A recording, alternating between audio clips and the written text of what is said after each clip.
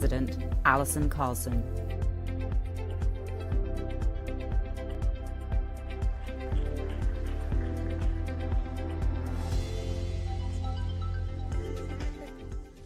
Hello, everyone. Good morning. I'm really excited to see the great crowd in the room, and thanks to everyone as well for joining us online.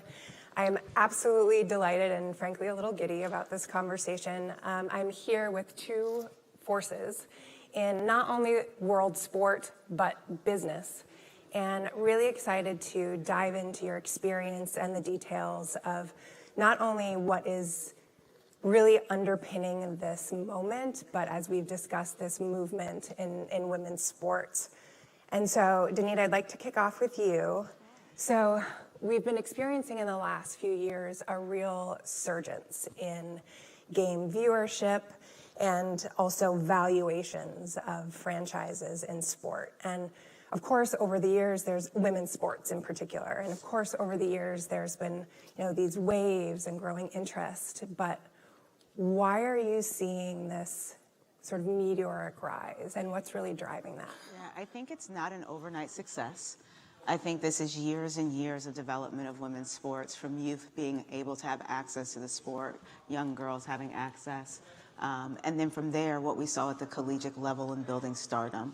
I think the growth of social media and other platforms have been a tremendous contribution to giving these women their own place to have their own narrative and tell their stories. And that drove connectivity.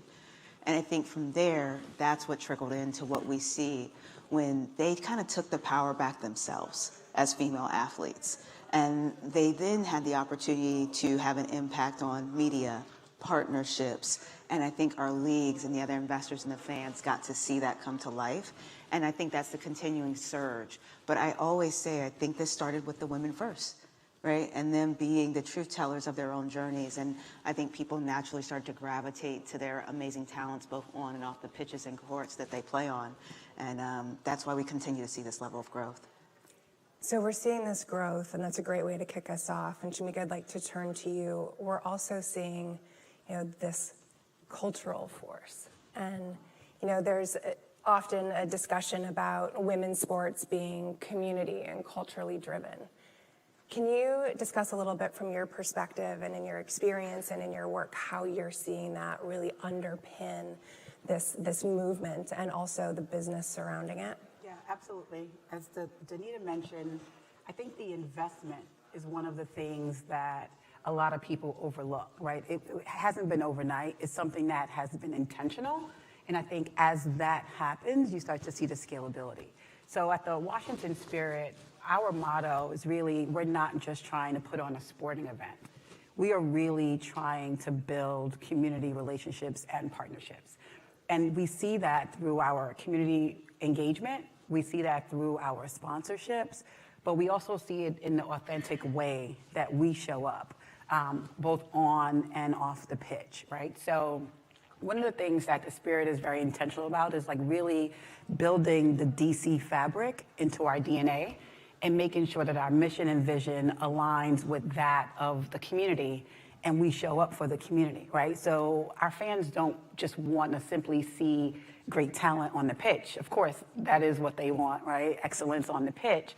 But ultimately, what they want to make sure is that our mission and vision and our values kind of align with theirs and how we show up. So we are intentional about showing up in the community. And so we've seen that when DC furloughed its workers, federal workers. So what the Spirit leaned into was providing free tickets and or discounted tickets to furloughed workers, right? When SNAP benefits were reduced and or halted, we did food drives, right? And so it's really for the Spirit is how are we building that community so that the DC market is able to feel that we're there with them. Now, they don't expect perfection in every decision, but what they do expect is authenticity, and we are building sort of that trust and those authentic relationships within the community. Thank you for that, and I think you really point to the importance of access. And in a few of the conversations earlier this morning, accessibility and price and all of that has had an impact and remains a concern. And so to discuss what you're doing very proactively to make sure that as many people can see the games and experience that and create that culture is so incredibly important. And I think will continue to be so as everyone's facing so many price pressures through every aspect of their lives. Danita, I'd like to turn back to you. You know, the U.S. has kind of set the bar in terms of U.S. soccer and really generated just such incredible attention and focus and driving interest globally in terms of women's football, women's soccer, and the sport. And I'm wondering if you can sort of describe what are some of those core attributes or fundamentals that are distinct about the work that you're doing and what's happening in the U.S. and how that's having sort of iterative impacts internationally. Yeah, I think what we see, I think it goes back to accessibility. You have to create access to develop talent, and you have to have ways to grow that talent within systems and programs, and I think that really does play into the international landscape. We have some of the best, if not the best, female soccer players in the world in the United States. We see that with the U.S. women's national team, who we've hosted many times at Audi Field. Our ability to host major events with them is huge because we know we have the top talent. Obviously, Trinity Rodman in our backyard. I mean, we have that talent. And I think that is what continues to create the opportunity for us to lead in that space. And I say because at the core of this, as community is a key part of this, performance is also part of it. And I think for fans to want to see that top level of talent is really important for them as well. And so I think the product on the pitch is really great. And I think the elements around how U.S. sports actually operate from an entertainment aspect has its own uniqueness. And I think that's where you see the commercialization and other clubs throughout the world looking to feel like, how do we mimic some of the actual business practices that play into driving overall revenue for these organizations that also help to fund back to bring in top talent. Great. I'd love to pick up on that as well, Shameeka, with you. And you invoked Trinity Rodman. So would like to pick up on that a bit. You know, it is incredibly important that in order to support the players and the sport and the business, there are fundamental and foundational laws, policies in place, and supports for the women athletes. And so I'm curious how, if you could share with our audience how you've been working on the front lines and what has been kind of a sea change in some of that and some of the pressure points you're facing as it relates to salaries, contracts, retaining talent. Yeah. Great question, and I think, as Danita mentioned, like the U.S. sort of sets the standard for global excellence as it relates to women's soccer. But the reality is, it's a global sport, and we have to be thoughtful and mindful and be willing to evolve and change sort of as those issues arise, right? So Trinity Rodman is essentially the face of the NWSL, and she is a forward for the Washington Spirit. Trinity Rodman was facing free agency, and essentially money matters, right? Money matters to these players. And our collective bargaining agreement was one that limited the financial compensation that could be paid to players across your entire roster. So as she was entering free agency, one of the conversations was, how do we retain such a transformational talent such as Trinity Rodman?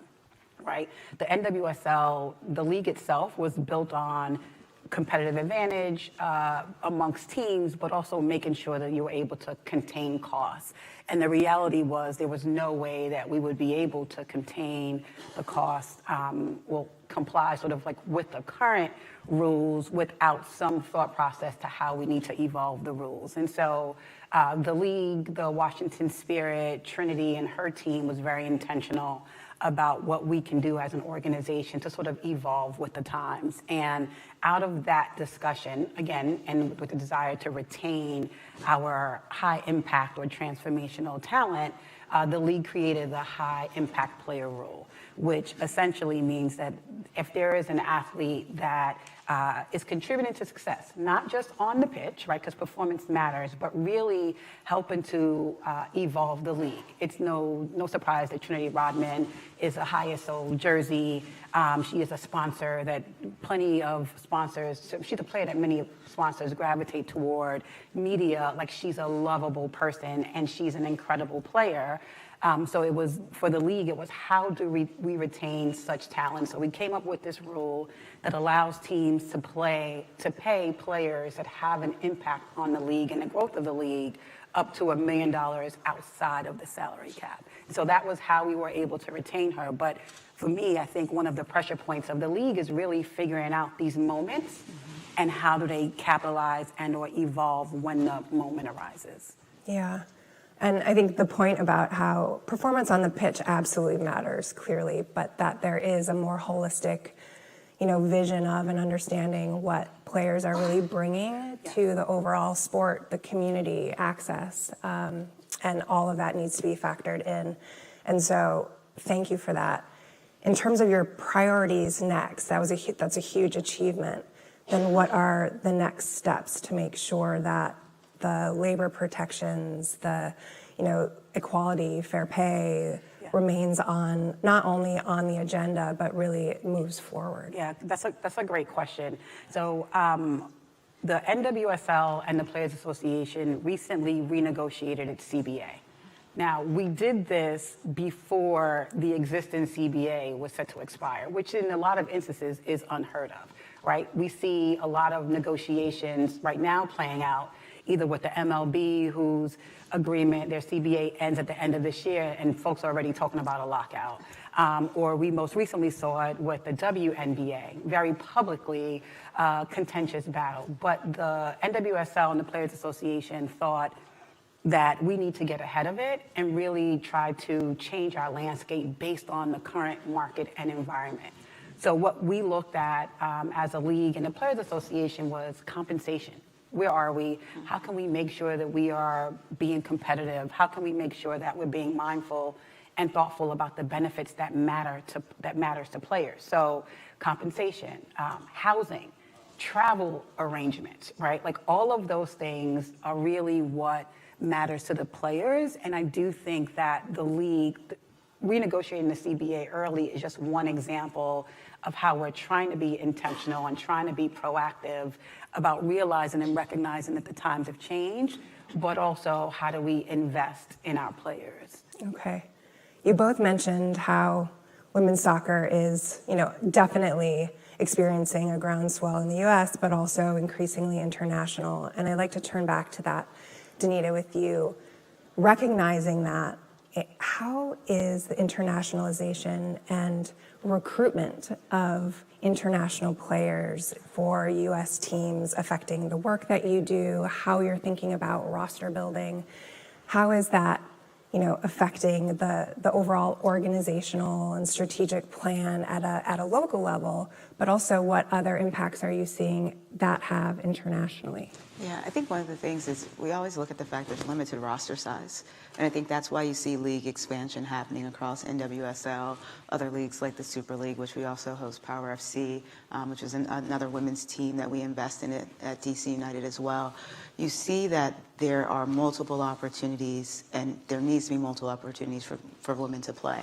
I think when it comes to the competitiveness of how you build rosters within the United States versus overseas, I think it goes back to a lot of what Shameeka's saying.